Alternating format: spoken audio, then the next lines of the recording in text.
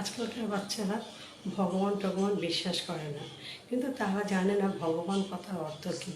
ভ শব্দের অর্থ হচ্ছে ভূমি, গ শব্দের অর্থ হচ্ছে গগন বা আকাশ, বা শব্দের অর্থ হচ্ছে বায়ু বা বাতাস, ভগবান, আ শব্দের অর্থ হচ্ছে আগুন বা অগ্নি, ন শব্দের অর্থ হচ্ছে নদী।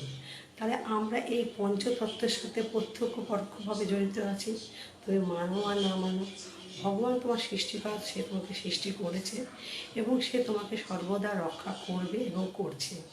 এবং তোমার কর্ম যেমন তুমি তেমন তারা ফল পাবে, কিন্তু ভগবান তোমার হাত কখনো ছাড়বে না।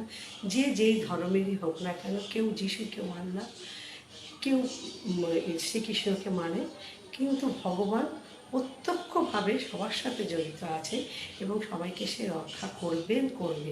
তুমি সর্বদা তার চোখে ফাঁকি দিতে পারবে না। সে তোমার সৃষ্টিকর্তা, তোমাকে সে রক্ষা করবে। ভালো থাকবে।